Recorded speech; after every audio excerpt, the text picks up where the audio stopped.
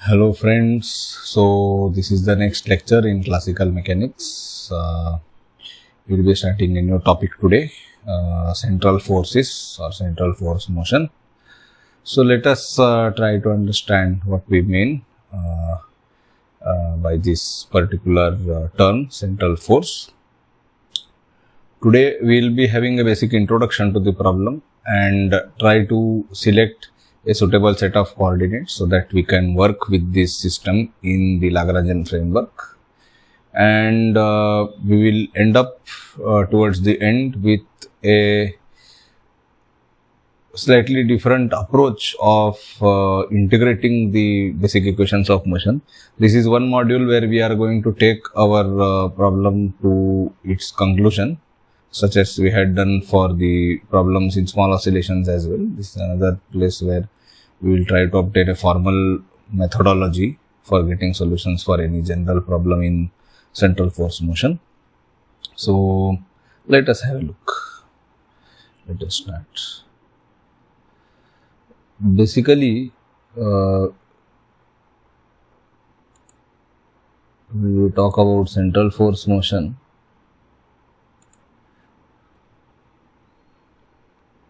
The basic idea is the following: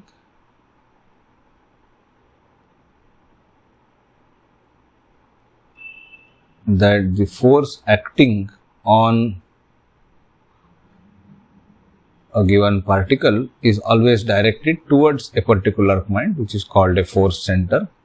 The simplest form of the central force problem is the two-body central force problem. Consider two particles of mass m1 and m2.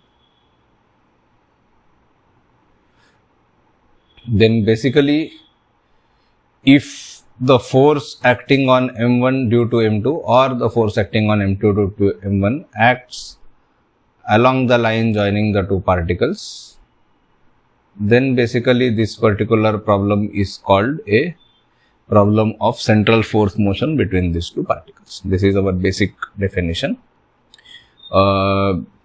As we will see, the second particle in this case could be real, or it could be something which we invent in our minds. Namely, it is merely a single point towards which the force is directed, and this could arise in several physical situations. But right now, if we look at these two masses and suppose they are position vectors from some origin, or is the origin of coordinates. The position vector of the mass m1 is r1 bar. The position vector of mass m2 is r2 bar. And the distance between mass m1 and m2, let us call it as r for the time being. This distance is r.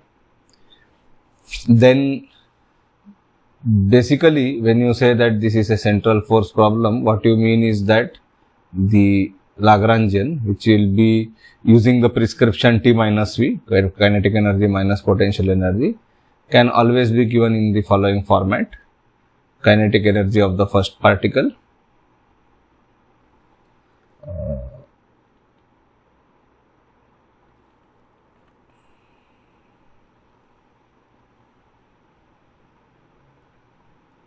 plus the kinetic energy of the second particle. The notation is slightly tricky.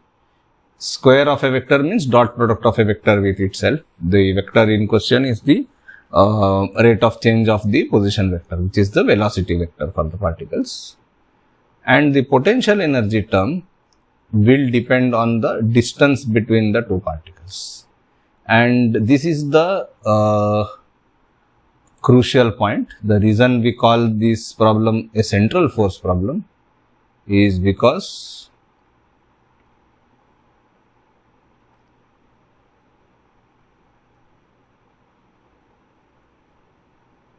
the potential only depends on the mutual distance.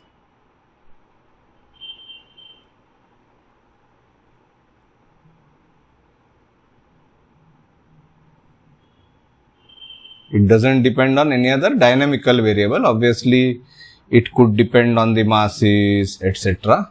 But no dynamical variable enter into the potential. That is the definition of a central force as such, as we look at it. To describe this particular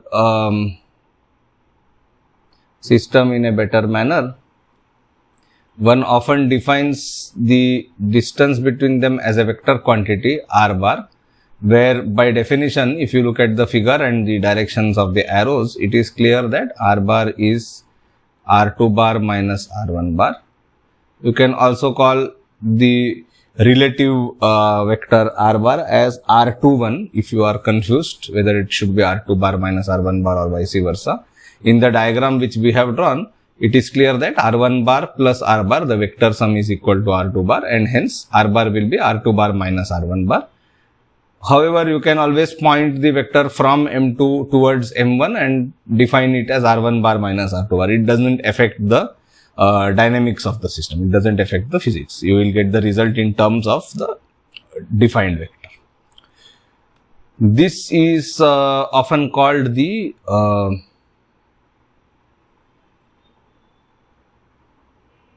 relative coordinate, and we'll look at this in a little more detail at some stage. The relative coordinate between the two masses m1 and m2 is given by the vector distance from the first mass to the second mass. In such a system, another interesting quantity or quantity of interest which comes about is that whenever you have two masses, you can always define something called a center of mass, which indicated here by a kind of cross. The center of mass will itself have a position vector from the origin. We can call it capital R bar, and by definition the center of mass is defined as the point whose position vector is given by the summation of product of mass and displacement,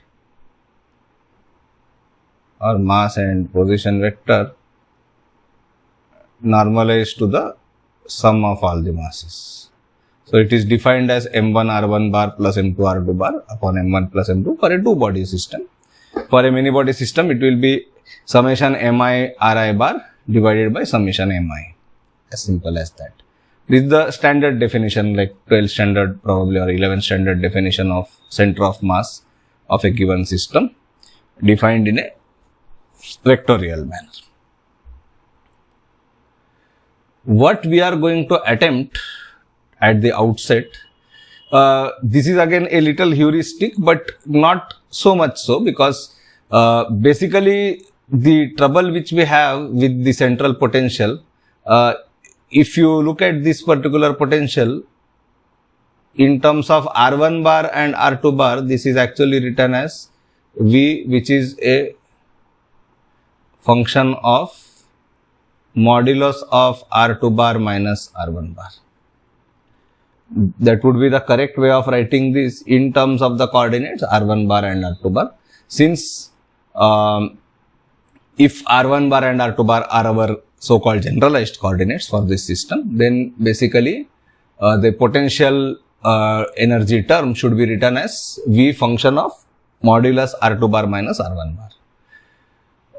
We have written it in a more, what you say, colloquial sense when we say V of R. R is not one of the generalized variables as the system is defined originally.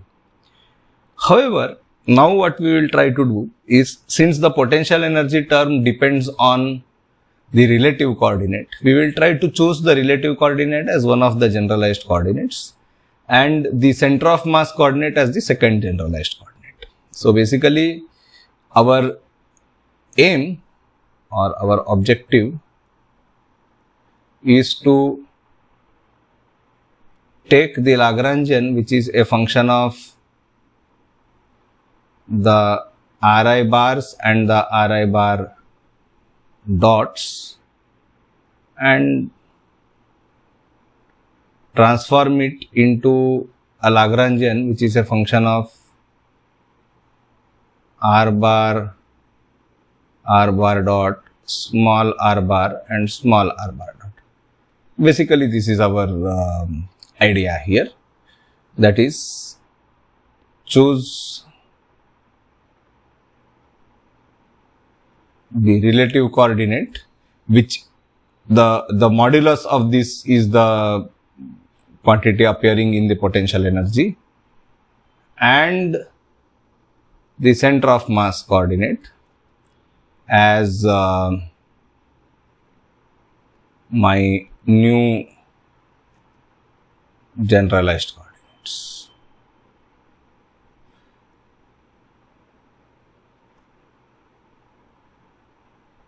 By the way, this is not a set of 2 generalized coordinates, it's a set of 6 generalized coordinates, because r bar is a vector having 3 directions.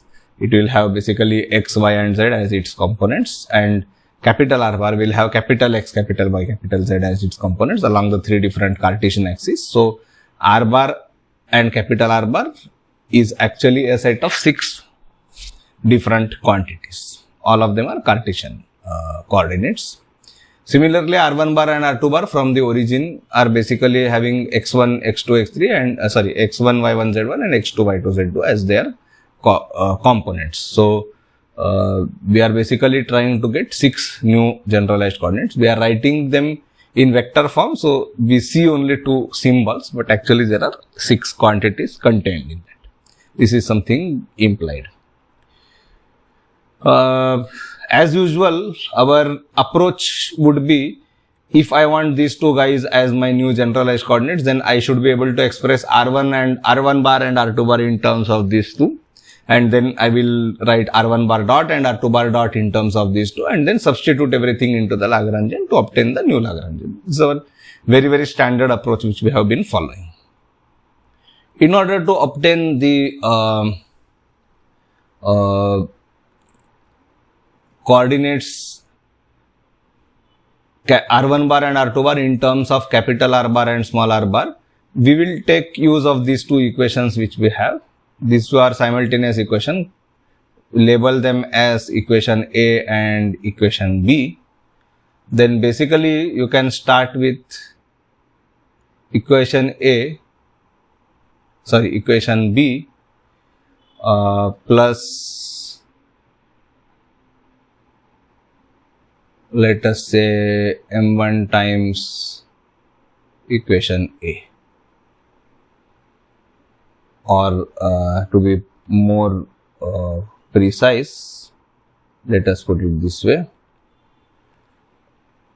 capital M times equation B plus small m1 times equation A. Capital M is the total mass of the system, which is basically m1 plus m2. If we consider this particular, this part is actually heuristic, but some stage we have to start doing these things a bit quickly. I hope you can follow with the algebra even if you have not seen this done before. It's perfectly simple algebra. Add to this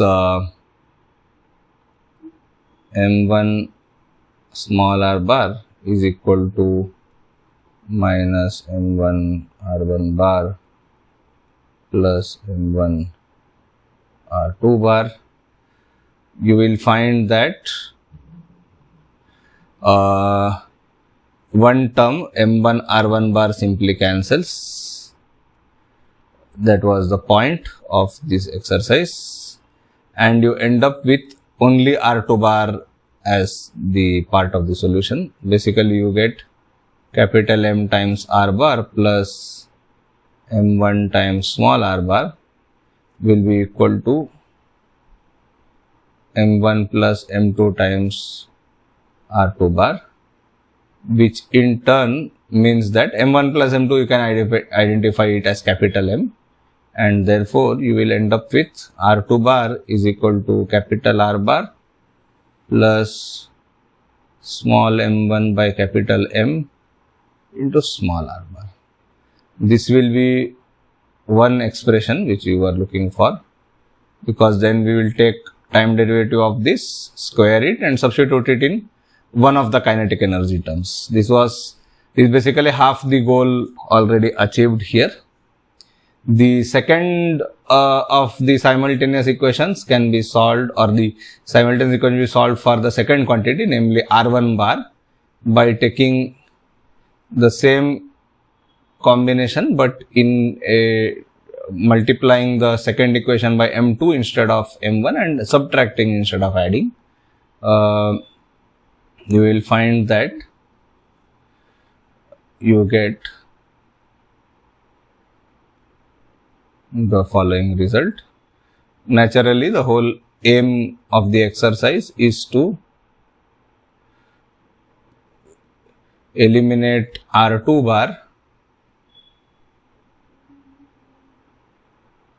while retaining R1 bar, and that is achieved obviously, and the result is that m r bar minus m2 times small r bar is equal to, my mistake, m1 plus m2 times r1 bar. Once again recognizing m1 plus m2 as capital M and dividing it throughout, one finally obtains r1 bar is equal to capital R bar minus m2 by capital M times small r bar.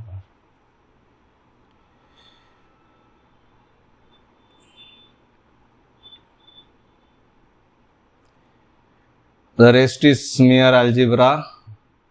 R2 bar dot will be just R bar dot plus M1 by capital M times small r bar dot, and therefore R2 bar dot square will be R bar dot square plus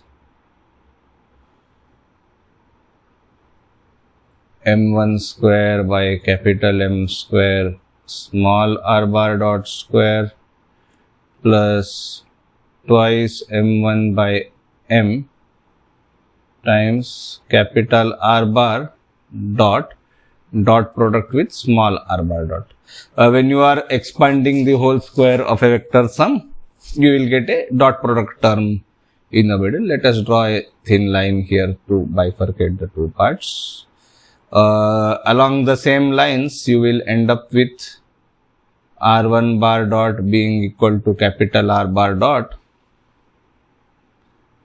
minus M2 by M times small r bar dot, which if you square, you will get R1 bar dot square is equal to R bar dot square plus M2 square by M square small r bar dot square minus 2 M2 by capital M capital R bar dot product with small r bar dot. If you substitute these two terms in the kinetic energy expression, the kinetic energy is half m1 r1 bar dot square plus half m2 r2 bar dot square. You will find will not carry through all the points of substitution, but basically the cross term, the dot product term cancels, because you will get 2 m1 m2 upon capital M times r1 bar dot product with small r bar dot, capital R bar dot product with small r bar dot, and that is going to cancel. Okay, so leaving the simplification as a simple homework exercise, you end up with the following: half m1 plus m2 capital R bar dot square plus half m1 m2 times m1 plus m2 upon capital M square multiplied by small r bar dot square. This is the kinetic energy term. The cross term, as we discussed, is cancels. m1 plus m2 can be written as capital M, and in fact that capital M actually cancels with one of the capital M's in denominator in the second term. The potential energy term, of course, which was V function of modulus of R2 bar minus R1 bar, very straightforwardly becomes V function of R. R being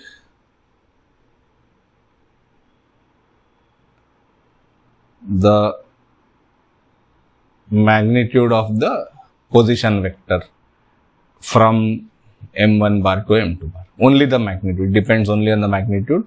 The force is mutual. You see, m1 attracts m2, m2 attracts m1. So the force is not directional, force is mutual. They both get attracted to each other. Okay. It only depends on the distance. Taking all these inputs together, my new Lagrangian can be written in the following manner: half times capital M capital R bar dot square plus half m1 m2 by capital M small r bar dot square minus V of R.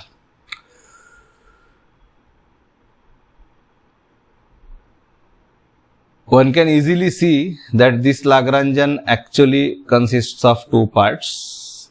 One is one Lagrangian associated with the center of mass, and the second is one Lagrangian related to the relative coordinate between the two masses. Okay. It can also be seen that the center of mass Lagrangian actually consists of a cyclic set of coordinates.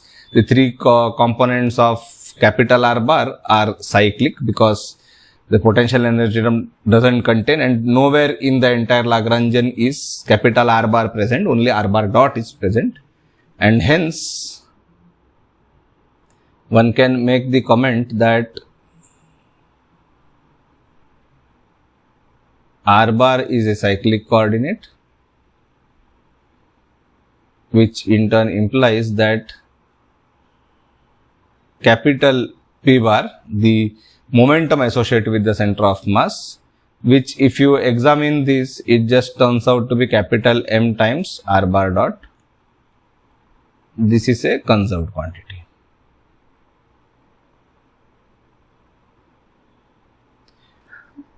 Basically, what you have concluded is the following: if the two particles are attracted to each other, suppose the two particles are here to start with, okay, they are attracted to each other, and also the entire system of two particles is gradually moving this way, then basically their motion will be like this, something of this kind, meaning they are moving with respect to each other in an orbit kind of thing, but also the whole thing is moving. Classic examples which we have is moon moves around the earth, but earth is not stationary, earth is itself moving. So the center of mass of moon and earth moves together on an orbit around the sun. The sun with all its planets moves in an orbit around the Milky Way galaxy, and so on. Probably the Milky Way galaxy does the same thing in the local cluster of galaxies, etc. I mean, you can keep going. The point is that when you are looking at the moon and earth system, or how the moon is orbiting around the earth, how a satellite is orbiting around the earth, immediately you are not concerned about how earth is moving around the sun. It becomes a separate problem altogether. This is important. This is what basically the result you have got here for the two body problem is that I can always bifurcate the motion of the two body system into two parts. One is how is the center of mass moving, and in this case you find that the center of mass is moving as a free particle in this particular problem. There is no third body anywhere and the free center of mass acts as a free particle. By free particle you mean it has a cyclic position coordinate, which means that its linear momentum is conserved. That is, if it is moving in one direction, continue to move in that direction without end. The other coordinate, the relative coordinate, is the one which contains all the dynamics. The dynamics is contained in the potential energy term. The kinetic energy term, if it is left alone, will always lead to a cyclic kind of coordinate structure usually.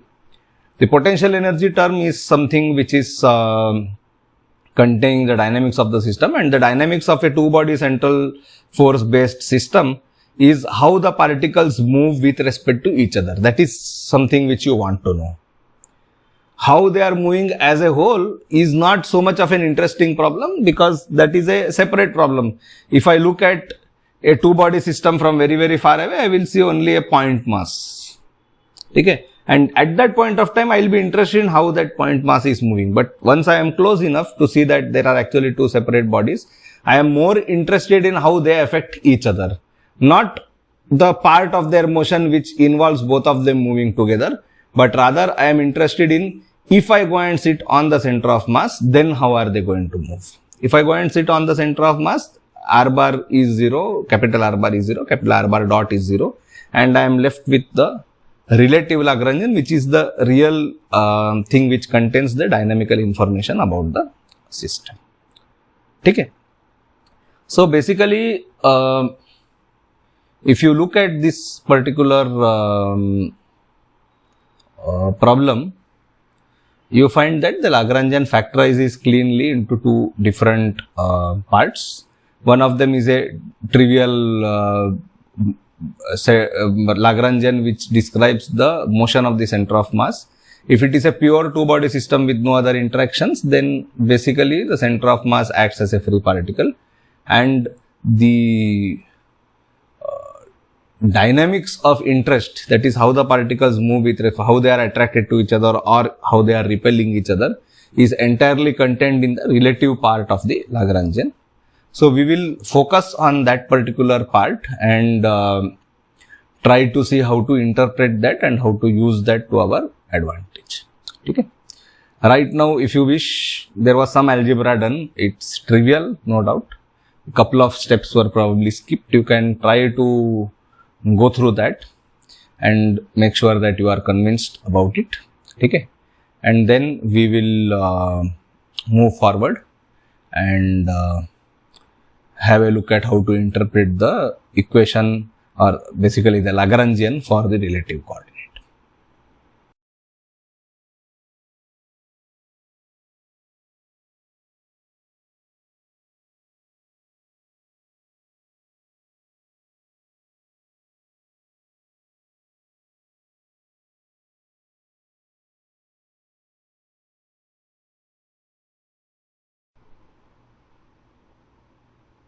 All right, let us move further.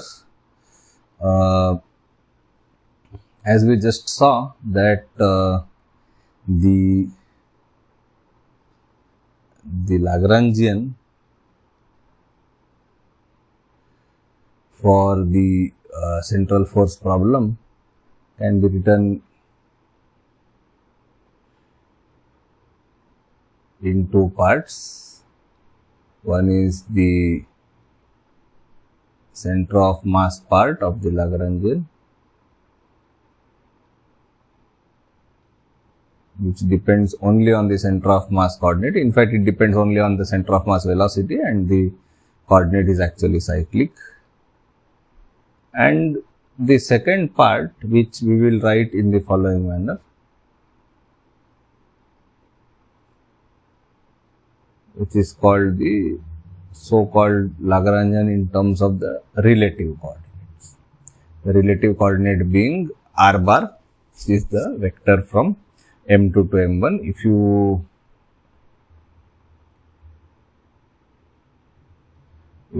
recall basically our figure which we had drawn from a particular origin of coordinates, two masses m1 and m2 with position vectors r1 bar and r2 bar, and a third vector pointing from m1 to m2 designated as r bar.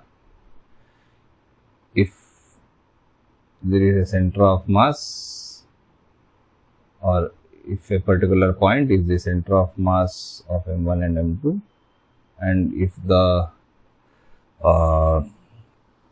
position vector of the center of mass with respect to the same origin of coordinates is capital R bar, then basically this is the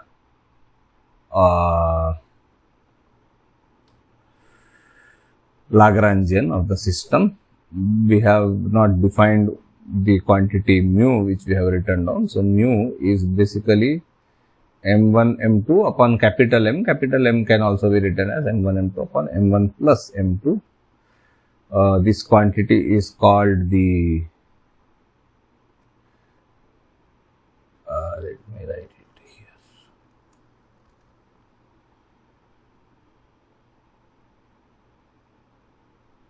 This quantity is called the reduced mass of the system.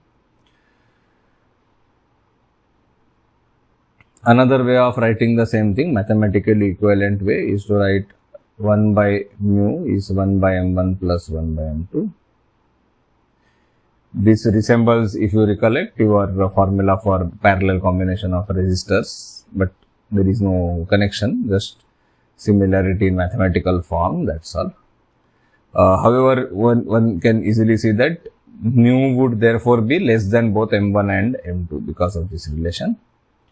One of the reasons for calling it the reduced mass. The other we will come to in a moment.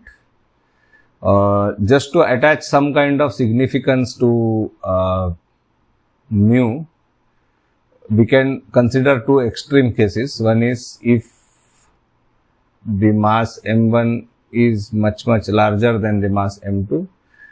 Several classic examples pertain to this case. Simplest one is Sun and Earth. Sun is much more massive than Earth, and therefore when one considers the Earth moving around the Sun, instead of the reduced mass, we consider the mass of Earth itself.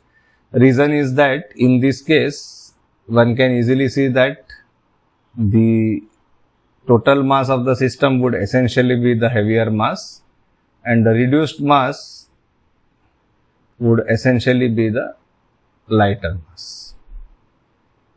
On the other hand, if the other extreme is m1 is equal to m2, in such a case, basically, if you mathematically substitute, you will find that if both of them are in turn equal to some quantity m, then capital M will be twice the individual masses naturally. It's the sum of the two individual masses. Mu would be equal to m by 2. We will come to the meaning of this or significance of this in a moment. Let us suppose that you are given a problem that consider a system whose Lagrangian is half mu r bar dot square minus v of r. What kind of system does this Lagrangian describe? If you are asked this question, then your natural response or your initial basic response would be the following, that there is some origin kind of point and there is a particle who is at a distance r from this particular point, and this particle has mass mu, its position coordinate is r bar, and it is from a fixed point, let us call it C. Okay? We will come to why it is called C in a moment, why we want to call it C in a moment. But basically, you can see that there is vast difference between the original picture which had two particles and we were talking about their mutual motion, and the second picture where we talk about some fixed point in space and a particle of mass mu moving with respect to this point, such that the potential energy of this particle of mass mu depends only on the distance from the center and nothing else. Okay. These two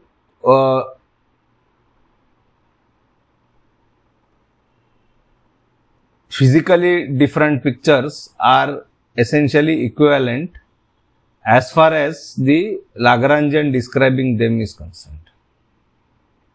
That is, the same Lagrangian describes both the systems, this system as well as this system minus the center of mass motion. So, if you say that the center of mass is fixed, then this and this are essentially the same. So, often in this context, the imaginary problem which we have sketched on the right hand side is called the equivalent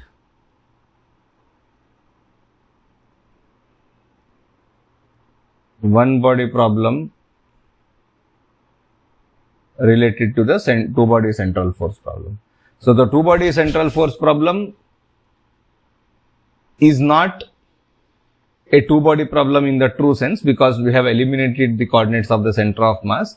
It is equivalent to just a single particle of mass mu moving with respect to a center of force, such that its potential energy only depends on the distance from the center of force. Physically, these two pictures are not equivalent, but mathematically they are equivalent. And so, we can as well solve the simpler looking picture on the right, obtain equations of motion, and then we know the relation between mu small r and m1 r1 m2 r2. So, we can easily map back to what the original system is doing. It is just a mathematically simpler model to solve, and therefore, we are using this. In this context, now we can understand better our cases of the relative strengths of the two masses. If one of the masses is much heavier than the other, then basically there is no real difference between the equivalent one body problem and the original two body problem, because this will be mu and this will be the fixed point, m1 will be the fixed point, which is at the center of mass. However, in cases where m1 is equal to m2, this mathematical procedure is still valid. However, after solving the equivalent one body problem, one has to map one's results back to the original problem. That is the only additional step. And such an example, for example, there is a system called positronium. Positronium is a positron and an electron which are moving under each other's electrostatic attraction. And this can form a stable system. It can be measured in the laboratory, and in such cases, one has to be careful that the equivalent one body problem, which basically has a particle of mass m by 2, is not the real problem. The real problem consists of two particles of mass m, and one has to carefully describe the motion after solving. Of course, for positronium, one cannot solve by this method because it's a quantum system. Similarly, if you have two black holes of roughly similar mass or two neutron stars of roughly similar mass, once again that needs general theory of relativity for complete solution, especially close to the when they are coming closer and closer to the merger point. Definitely one cannot use this formalism. These ideas, however, are still valid in all these cases. That is something which I would definitely like to emphasize. For example, positronium can be done with a simple quantum mechanical model, and there the Hamiltonian which you take up initially is the same as the classical central force Hamiltonian. There is something interesting which I don't think we have really touched upon during this course. If you go through your quantum mechanics carefully, basically every Hamiltonian you use in the framework of quantum mechanics is the same as the classical Hamiltonian. You just borrow the Hamiltonian from classical mechanics, plug it into quantum mechanics, into Schrodinger equation, and you get results. So basically, there is no new way of formulating the Hamiltonian. There is only a new calculation approach. The equation of motion is changed. It is no longer the Newton's law, but Schrodinger equation. But the basic principle, the fundamental principle of writing down the Lagrangian and hence the Hamiltonian remains the same. There is no change in that. The change comes about when you start with relativity, where the principles based on which you write down the Lagrangian start changing, and then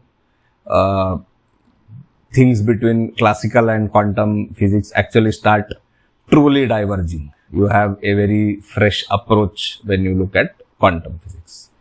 This is at the level of quantum field theory, probably one can say. But basic non-relativistic quantum mechanics just borrows the Hamiltonian from Newtonian classical mechanics. This is something which I wanted to point out. An exception to this is, of course, spin physics, which has no real analog in the classical sense. So, spin is something separate, but otherwise, very much classical mechanics is some kind of backbone to non-relativistic quantum mechanics, in a sense. One can say that, I suppose. Alright. After that digression, let us come back to the topic at hand. Basically, our claim is that all we need to do is solve the equivalent one-body problem and we are through. Because we have already solved the problem for 3 of the coordinates, the center of mass coordinates, which are all leading to momentum conservation in 3 directions. So, you are only left with a equivalent Lagrangian, which we are going to write instead of mu, we will now write just m. It is understood we are talking about mu here, but since m is the conventional symbol for mass, let us use that. This m is nothing but mu, just a change of symbol, that's all, not a change in its actual nature. This is the Lagrangian which we have. Before we go to this Lagrangian in great amount of detail, what can we say about this Lagrangian merely by looking at it? Basically, if you look at the coordinate part of the Lagrangian, the only coordinate present is r, the radial distance from the center of force to the mass. Okay. Particularly, let me put a statement first here. There is no question of, there is no mention or there is no occurrence of angle in the Lagrangian.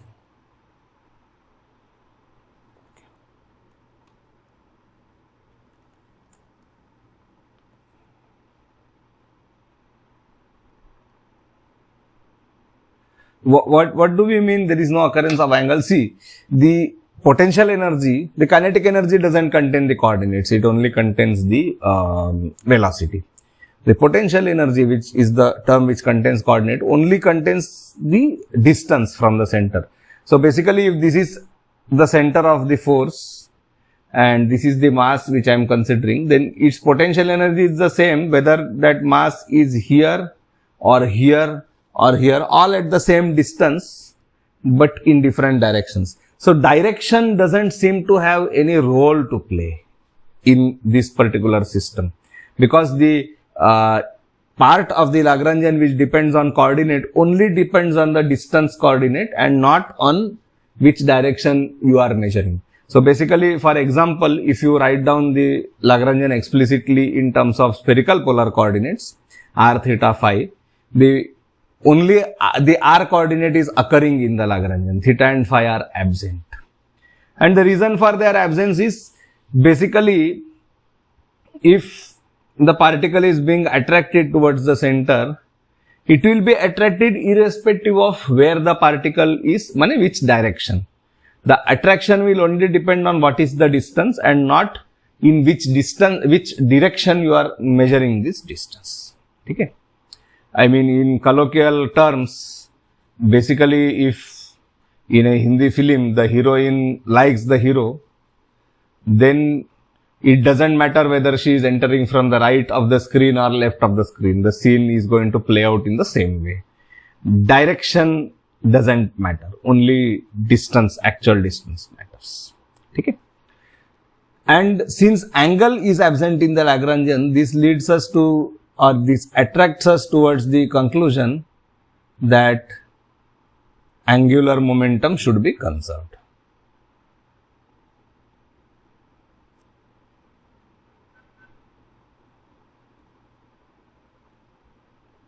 We will not assert that angular momentum is conserved till we have a proper mathematical proof of it.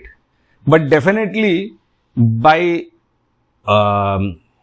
examining the system, one gets the feeling that since the potential energy and hence the entire Lagrangian, the value of it only depends on what is the distance of this mass m from the center.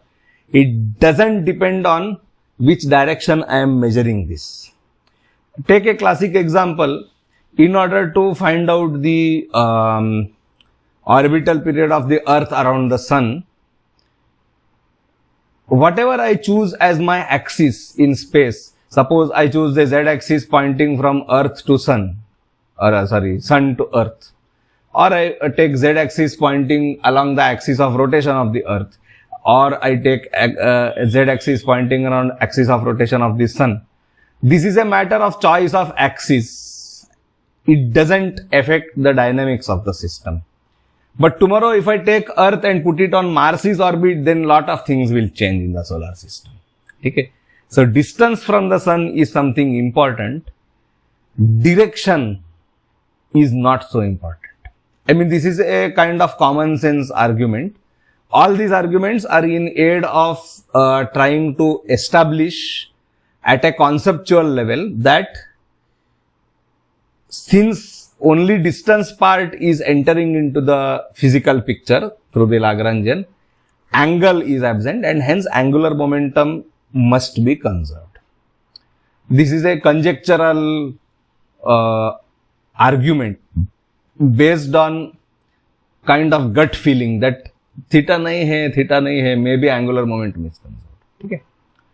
I mean, the point is you don't know, you still have a vector dot product in the kinetic energy. R bar dot square is what? Is it going to contain a sine square theta term, or is it going to contain something else? But right now we are discussing this at a conceptual level.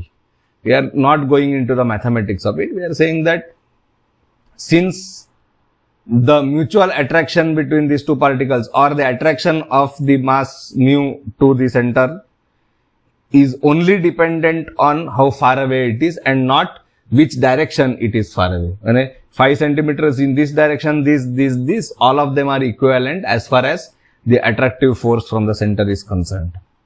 And therefore, since there doesn't appear to be any relevance of which direction I am looking, therefore, maybe for central force problem, angular momentum should be conserved. This is the logical basis of this argument, the rationality of the argument that for central force motion, probably angular momentum should be conserved. This is, as far as we are concerned right now, this is a conjecture. It is a statement which we very firmly believe based on our intuition for physics, but intuition alone is not a very good guide when physics is concerned, especially, I mean, in classical mechanics it is okay. I mean, things are quite predictable because they are similar to what we have in day-to-day life. Still, classical mechanics throws up a lot of surprises, but not as many, for example, as you get in quantum mechanics. In quantum mechanics, one of the thumb rules in all quantum theories, the thumb rule is don't trust your instinct, because your instinct is based on walking around in this macroscopic world. Maybe those conclusions which you draw in general or the common sense which you have is not applicable in quantum mechanics. So, intuition alone is not a good guide in physics. That is what I am trying to point out. So, let us try to establish this, whatever conjecture we have come up with, that for central force looks like angular momentum should be conserved. Let us try to put this on firm mathematical ground. ठीक है. How do we do that? Basically, start with the definition of angular momentum. If you recollect, angular momentum, the physical quantity, is defined as the cross product between the position vector and the momentum vector. L bar is r bar cross p bar. ठीक है.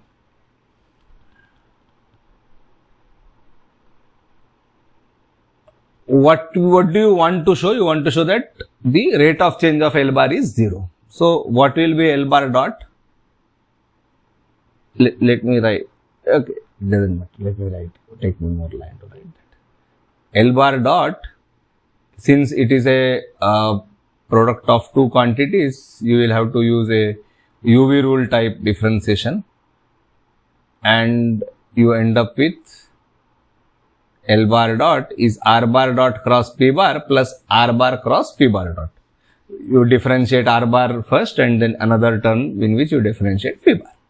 This is a simple UV rule differentiation of the definition of angular momentum. Nothing great, nothing special. Now, let us try to find out how we can arrive at this particular result. Okay. We need basically rate of change of coordinate and rate of change of momentum. The simplest way we know for that is to write down the Hamiltonian, and Hamilton's equations of motion are basically in terms of r bar dot and p bar dot. So let us start with writing down the Hamiltonian, and by inspection of the Lagrangian, it is not time dependent, hence the Hamiltonian will also be equal to, it will also be conserved, and the kinetic energy is only in terms of velocities, potential energy is only in terms of coordinates, and therefore the Hamiltonian will also be the total energy. I mean, this is straightforward, and therefore one can write down the Hamiltonian as half. Let me take one step before this. Let me write down the. Okay, this part was done and dusted earlier, so let me separate it out. Now I am trying to establish some ground rules for this over here. The Lagrangian, let me drop the suffix equivalent, it is understood. If the Lagrangian is half m, r bar dot square I am writing as half m x dot square plus y dot square plus z dot square minus v, which is a function of r. R itself is a function of x, y and z coordinates, where we know that r is equal to square root of x square plus y square plus z square. This is known. Okay.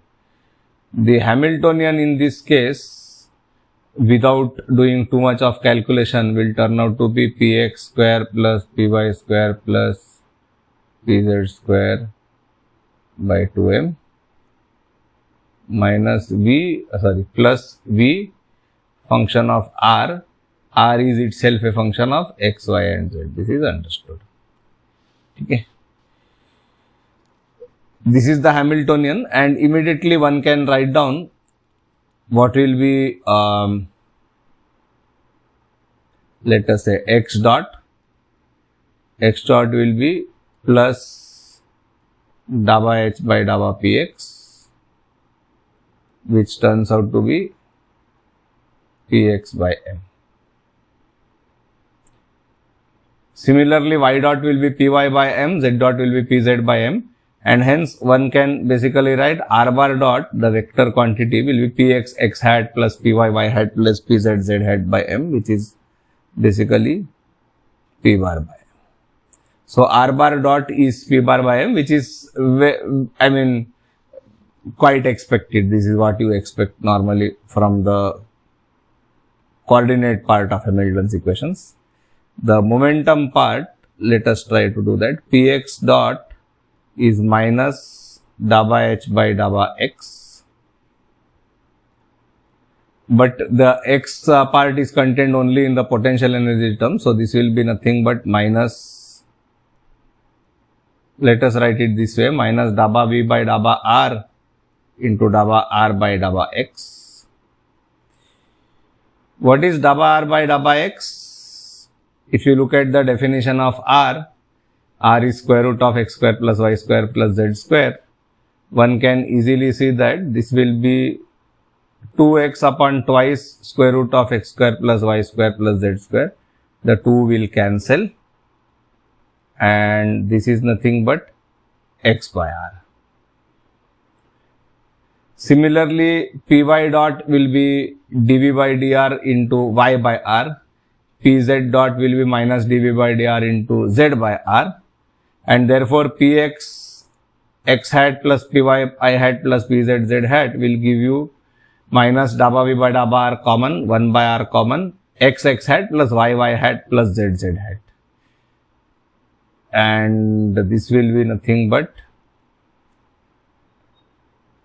p bar dot will be minus dabba v by dabba r. What is x hat plus y hat plus z hat by r? It is r by r, which is nothing but r hat. So you will have nothing but r hat. So this is Hamilton's equation of motion for the momentum variable. This is Hamilton's equation of motion for the position variable. If you substitute both of these here, basically you get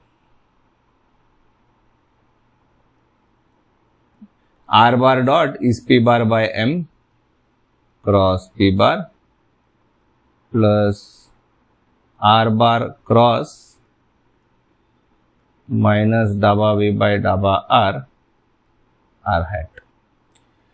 We know that p bar cross p bar is going to be 0 because both of them are in the same direction. Similarly, r bar and r hat are in the same direction. Hence, both of these terms turn out to be 0 and hence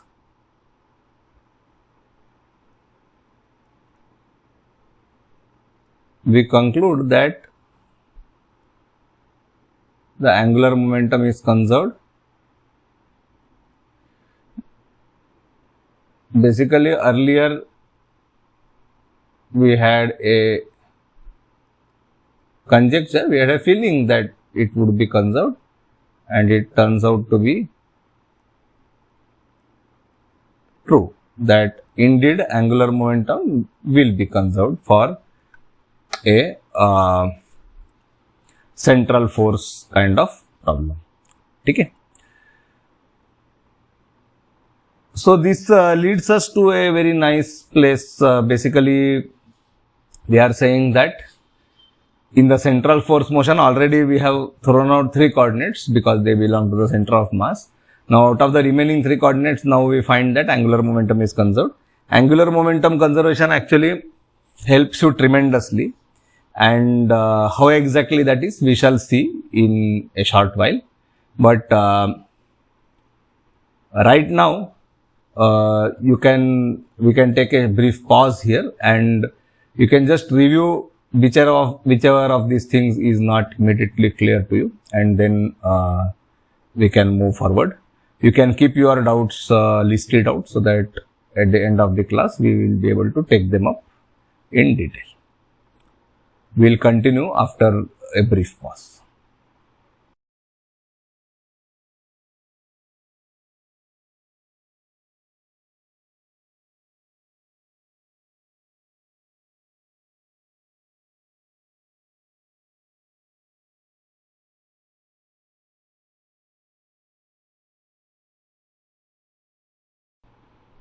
All right, let us move further.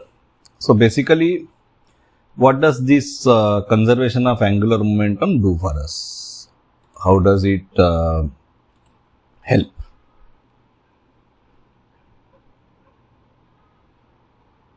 Well, let us try to spend some time on this. if the angular momentum is conserved, it means two things. Two things, because it is a vector quantity, it will be conserved in its magnitude and it will also be conserved in its direction. In the case of vector quantities, this is a very important point, that conservation has a twofold significance, that is conservation in magnitude as well as conservation in direction. In particular, we are going to focus on the conservation of the direction of angular momentum, that is going to give us further input for our problem. Let us say that the angular momentum is pointing in a certain direction in space. Okay? Then that means that this particular direction in space defines a plane perpendicular to it. Okay? So, angular momentum is perpendicular to a particular plane in space. Now, if angular momentum is conserved, then that means that the r bar and p bar, the vector r bar and the vector p bar will be in this particular plane.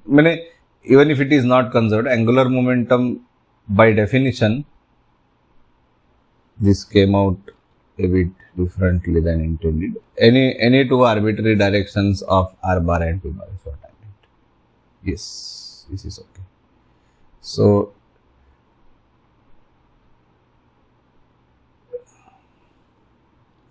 in fact, let us put it this way. Sorry about the mix-up. There is a particle of mass m. It has a certain position vector r bar and it has a certain momentum vector p bar. And the cross product of this r bar and p bar is what is going to give you the angular. This one doesn't make sense physically. I am so sorry. If you have a particle with position vector r bar and it is moving with a momentum p bar, then r cross p with the right hand rule, it will point in the direction of L bar. Now, whatever change occurs in r bar or p bar, the direction of L bar has to remain the same, and therefore r bar and p bar have to change only within this plane. So, basically, conservation of angular momentum implies that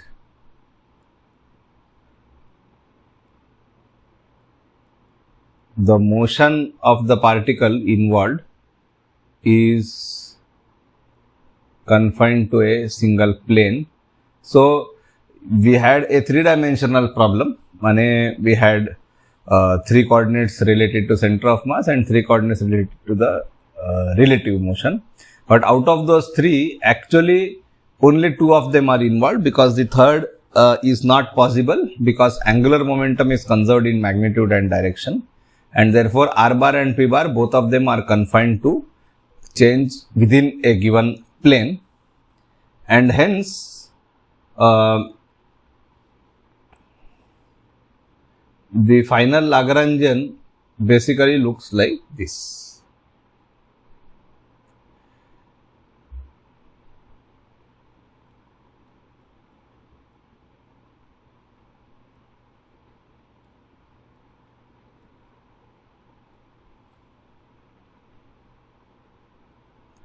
Basically, we are writing it in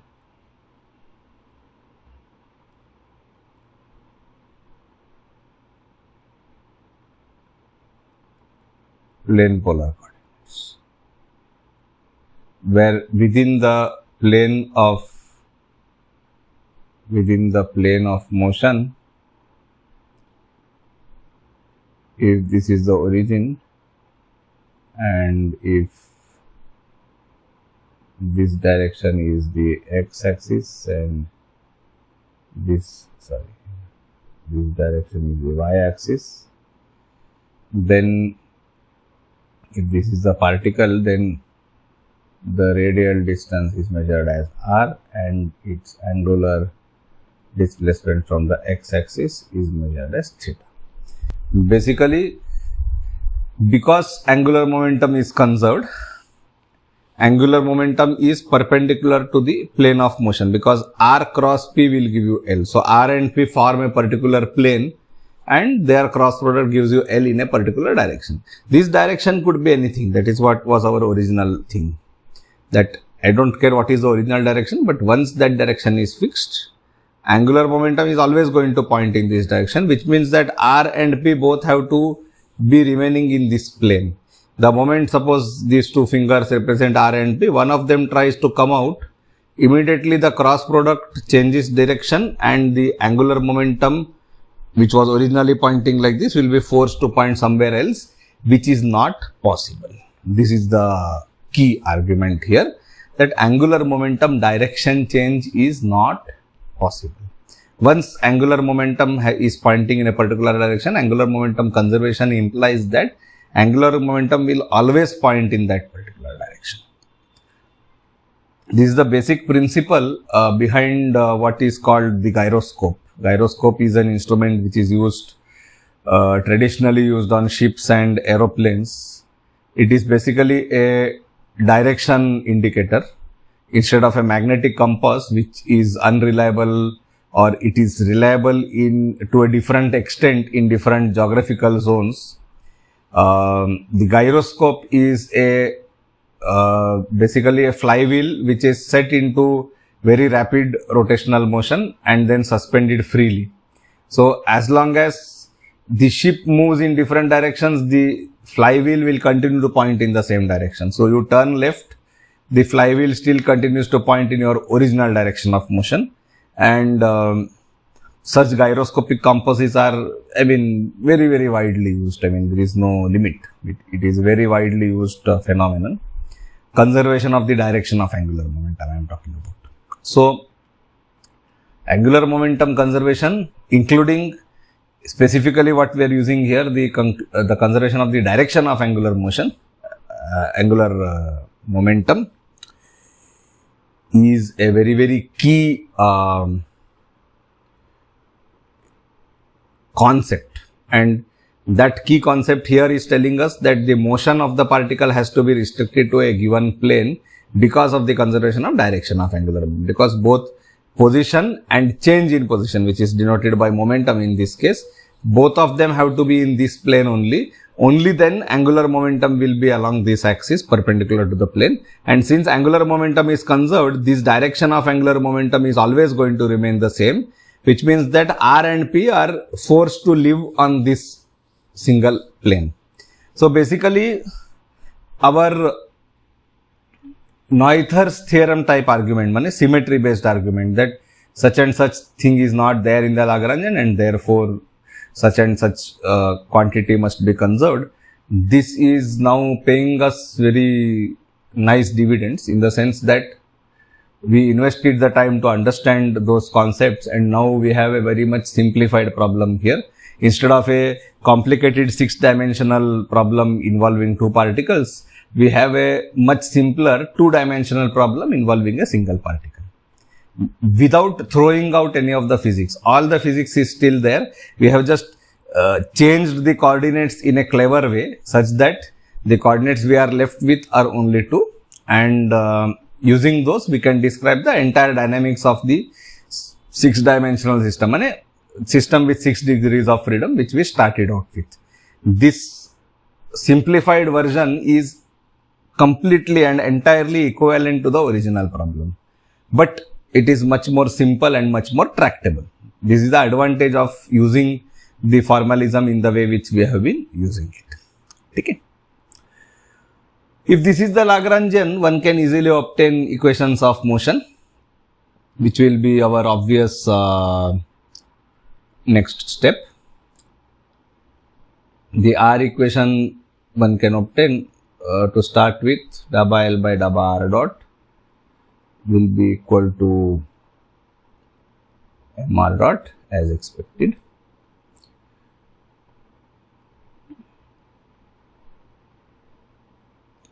D by dt of that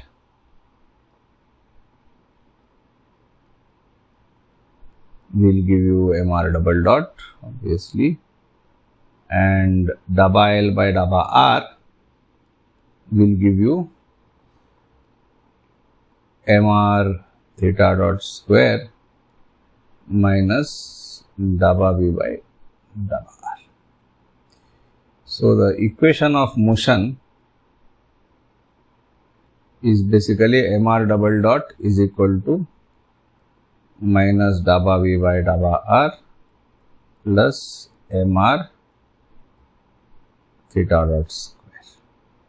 This is one equation of motion which we have, and we will be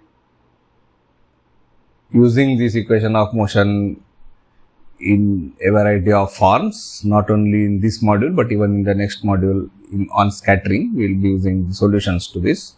So, this is quite important as such syllabus wise. According to me, all the topics are of equal importance, that is why they are there. But I mean, if you like to tag topics by their importance, then this is an important one, I suppose. Physically, what does this equation tell us? It tells us that the mass times acceleration in the radial direction, radial meaning radially outward direction, in the direction of increasing r, which means away from the center.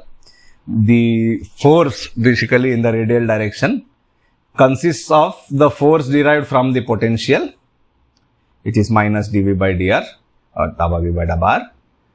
Dabba V by dabba R is same as dv by dr because v is only a function of r. So, partial derivative can be dispensed with and it can be written as a total derivative, just something which you should realize.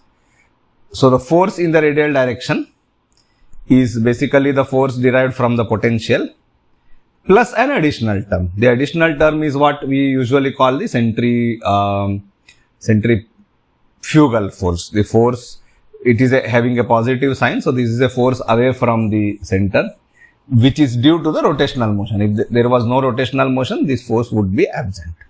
So, in the radial direction, the particle experiences not only whatever the potential energy curve dictates or whatever the potential dictates, but also an additional force which throws it further outwards. That is the basic conclusion as such from this particular equation of motion. When we come to more specific forms, we will try to reinterpret this in different ways so as to enrich our understanding better. This is something which very much matches with your experience. Basically, you are in a bus and then the bus takes a turn, you experience a force in the outward direction. So, this is very much an expected thing that if you are sitting in the frame in which the rotation is taking place, you would anticipate that there would be an additional radial push. The mass m is experiencing this force. It is experiencing a outward push due to the rotational motion of the particle, rotational motion of the system. An expected result. So, this is very much within our understanding of what we expect for force which is directed towards a particular center of force. Okay.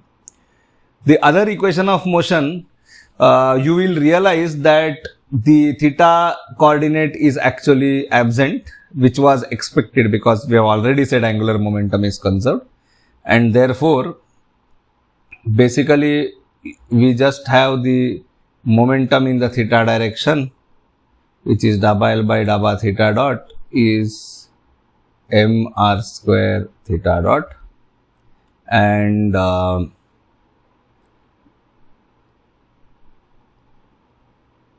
the time derivative of that is actually 0, which means that the theta momentum, which is basically m r square theta dot, is conserved that is, it is equal to a constant. This constant is called the angular momentum, and we denote it in our discussion, which is going to come, by the letter small l. So you find that the mr square theta dot is basically equal to some constant called L. L is a constant, and therefore a result of this is that theta dot will be equal to L by mr square. So either of these can be taken up as, this is not really an equation of motion, but basically this tells you about rate of change of theta. The equation of motion per se is that mr square theta dot is conserved, basically, if at all you want it to be specifically written in the original form. It's a conservation statement. It's a statement of conservation. Okay. So angular momentum is conserved, and radially the motion is dictated by two terms. One is the force experienced, which depends on what is the nature of the potential energy term or the nature of the potential, and the centrifugal term mr omega or m omega square r, as you are familiar with, or mr theta dot square, which is going to be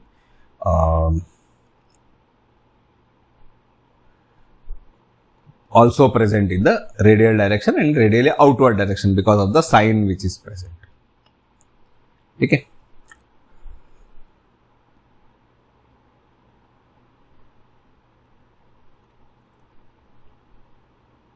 Now, basically we had a second order differential equation for theta, which we have already integrated, introduced a constant of integration called L. L is the angular momentum. Okay. Another thing which we notice from the Lagrangian is that it is not dependent on time, and the kinetic energy is quadratic term in the velocities. The potential energy is a function only of the coordinates, which means that the Hamiltonian is also equal to the total energy, and that, or let me write it another way, the total energy of the system, which is also equal to the Hamiltonian. If you will look at this, it will be PR square by 2m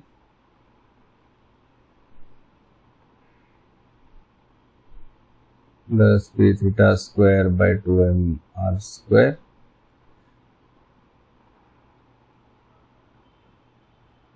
plus V of r.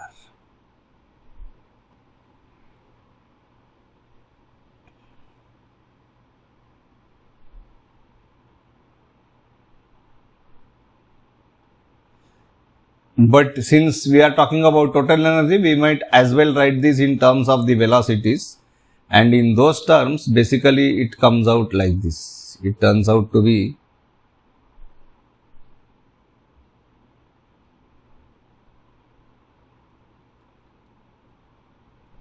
half m r dot square plus P theta is basically L. So you have L square by 2m r square. L is a constant, that is the point here, plus V of r. This is equal to the total energy, which implies if you take the second and third term to the left and multiply throughout by 2 by m, you will basically get r dot is equal to square root of 2b e by m minus twice v of r divided by m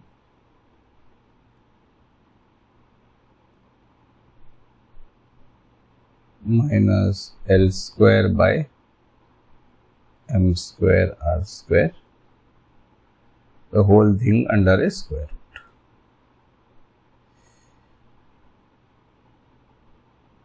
So basically, even though we had two second order differential equations, by choosing the energy and angular momentum as two constants of integration, basically we have reduced them to two first order differential equations. So even though you had a, okay, let me write an equation of motion here. This is conserved because basically d by dt of m r square theta dot is equal to 0. So this is the original equation of motion. I just wanted to point out.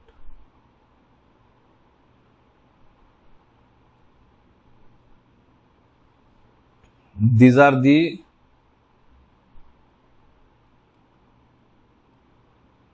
original equations of motion.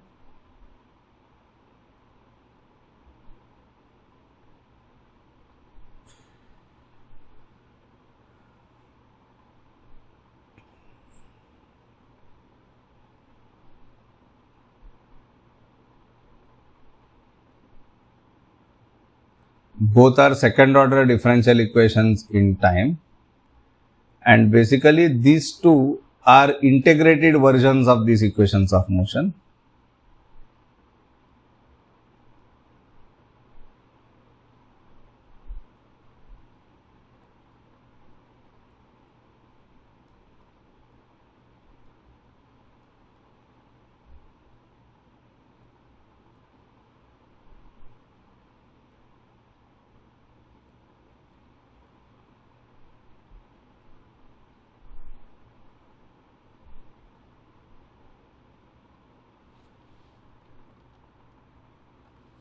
This statement may seem a bit strange, but let us try to examine it very carefully. Basically, the statement seems strange because we didn't do integration at all. So, integration kiya nahi to integrated equation kaise aaya? That's of course a valid question, and I am sure this looks very confusing at first sight because we didn't do any integration. How did it get integrated on its own? Basically, you can do the integration the hard way. Let me just point out how, even though we will not do that, it can be left as an exercise. Firstly, replace theta dot in the r equation by L by mr square. Once you do that, multiply throughout by r dot. This is the usual trick. If there is a r double dot somewhere, multiply throughout by r dot and integrate once. And when you do that, you end up with this expression.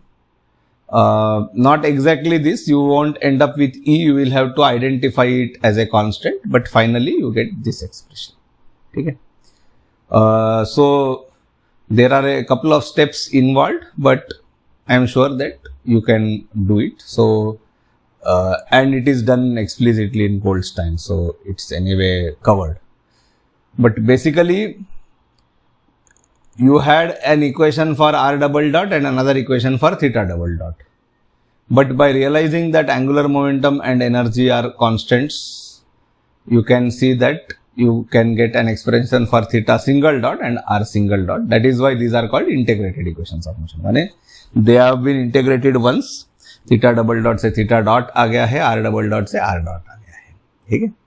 So even though we didn't integrate this in any conventional way, we just took some constants which happened to be there and then tried to kind of rewrite the equations. Basically, you end up with an expression for theta dot and an expression for r dot. Okay? So, basically, what we have done in this particular page, if you ask this question, firstly, we figured out that angular momentum is conserved, that we figured out on the previous page. What it implies, we figured out here, that it implies that the direction of angular momentum is going to be fixed. And since the direction of angular momentum is fixed, r bar and p bar, which are both perpendicular to L, are going to be in the same plane. Okay? And because they are in the same plane, the motion is confined to a single plane, and therefore I can write the Lagrangian simply in terms of two-dimensional problem, that is in terms of plane polar coordinates. Plane polar coordinates are a good choice because it automatically separates r and something which is not r. R is needed for the potential energy term, and the other thing is theta, which is the other variable present. Theta dot is present in the Lagrangian, theta is not, which is expected because angular momentum is conserved. We have only used the fact of direction conservation. Magnitude conservation comes here, okay, when we write the theta equation. If we write down the equation of motion for r, we find that apart from whatever force is derived from the potential energy, you have an additional centrifugal force acting on the mass, which we already knew. Okay. We realized two things. One is that momentum is conserved, angular momentum is conserved. The other is that energy is conserved. And by rewriting the angular momentum and angular momentum, actually we arrived at it through the theta equation, but energy we arrived at it independently by comparing the Lagrangian. And when we rewrite it in terms of r dot and r and substitute the theta dot in terms of L, we find that we have now arrived at two expressions. One is for theta dot, which contains an integration constant L, and another is an expression for r dot, which contains two integration constants, one is E and one is L. Okay. So basically, our next logical step in this is to be able to obtain theta and r as functions of time. And that is what we are going to do in the concluding part of today's class, and then we will stop. Right now, you can take a brief pause, have a review over this, and then we will continue.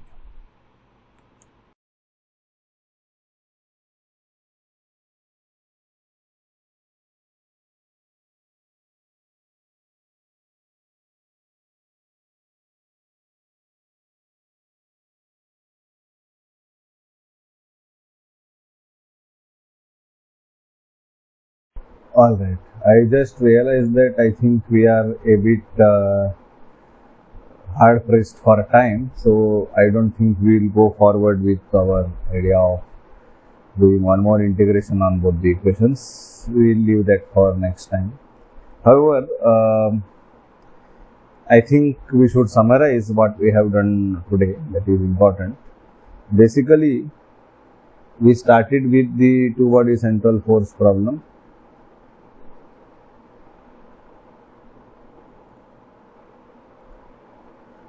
And basically we have a problem of two particles which are mutually attracted to each other, and this problem has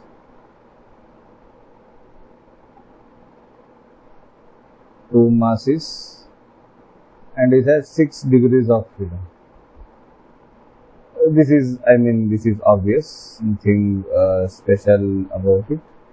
There are 6 degrees of freedom, 3 for each particle. Well known, both are moving in 3 dimensions, so each has 3 dimensions, so 6 degrees of freedom. What we did was, we took these 6 degrees of freedom and broke it into 2 parts. We said that we'll separate this out into, let me write it explicitly.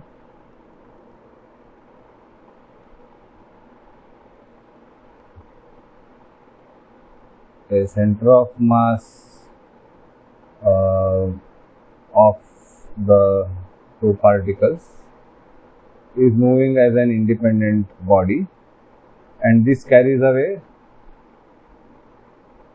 3 degrees of freedom, and we said that the remaining 3 degrees of freedom are basically going to some guy called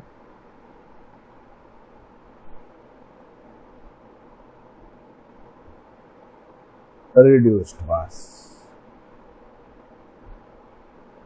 If you remember, our Lagrangian split into two terms, and we said that one of them belongs to the center of mass and the other is the so-called reduced mass. So 3 plus 3 is equal to 6. The original 6 degrees of freedom were divided into 2. What did we do with the center of mass part? Basically said that this turns out to be trivial because the center of mass behaves as a free particle. So basically now we are left with only 3 degrees of freedom which are relevant, which have dynamical information. Okay. And this reduced mass 3 degree of freedom, we called this guy as the so-called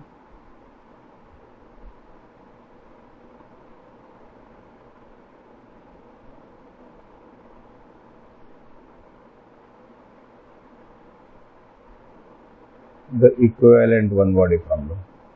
The original is of course the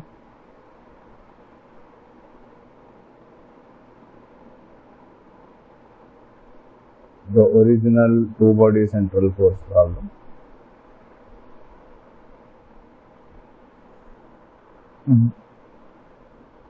In the equivalent one body problem, we further note it down with these 3 degrees of freedom. We noted down one very important fact is basically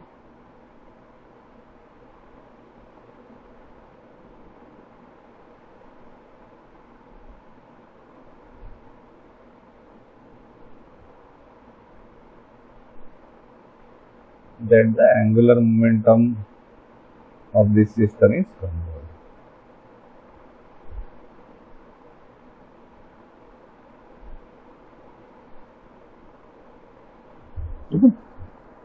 We noted that the angular momentum is conserved, and with this note, basically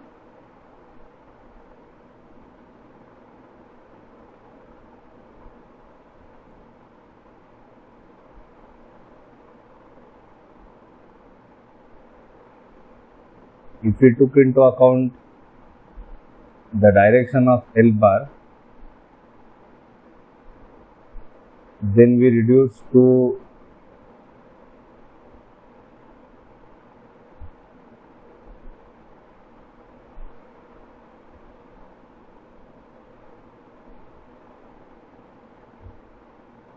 the motion of the system being restricted to a single plane, which means that at this point of time there are only 2 degrees of freedom to worry about. This is important because where that 1 degree of freedom went, here it was clear, we actually exchanged the coordinates in a certain way. Here where did it go is not very clear. However, we know why that 1 degree of freedom went away, because the conservation of direction of L bar dictates that the system cannot move in 3 dimensions, it has to be restricted to a plane. Okay. Now, when we had motion in a plane, we further looked at the conservation of magnitude of L bar, and we found a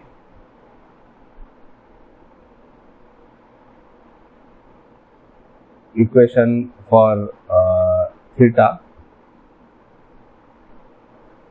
I mean, the magnitude conservation of L bar came out in the theta equation, and you ended up with a final equation which is of the form theta dot is equal to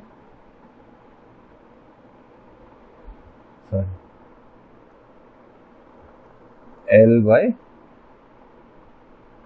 m r square.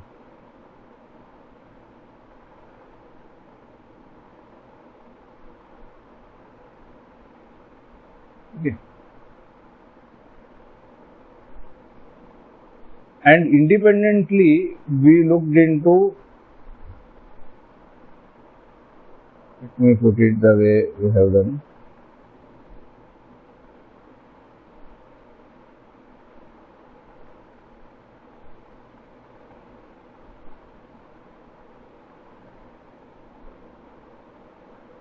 We looked into the fact that the energy of the system is also conserved, and because the energy is conserved, you end up with the R equation, the integrated R equation, this is basically the square root of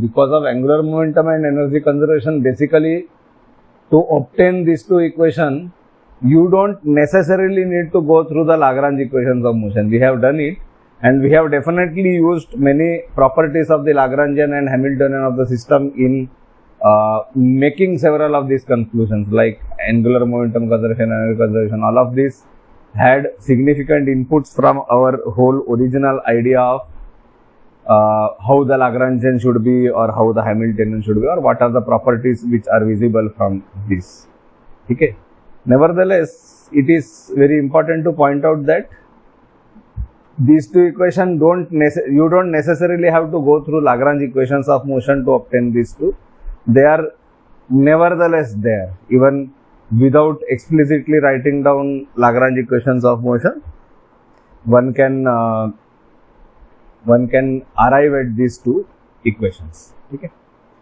Next time what we will do is take these two equations forward, okay, and integrate both of them, basically solve for r and theta as a function of time, and at that point of time we will realize that maybe this is not a necessary thing.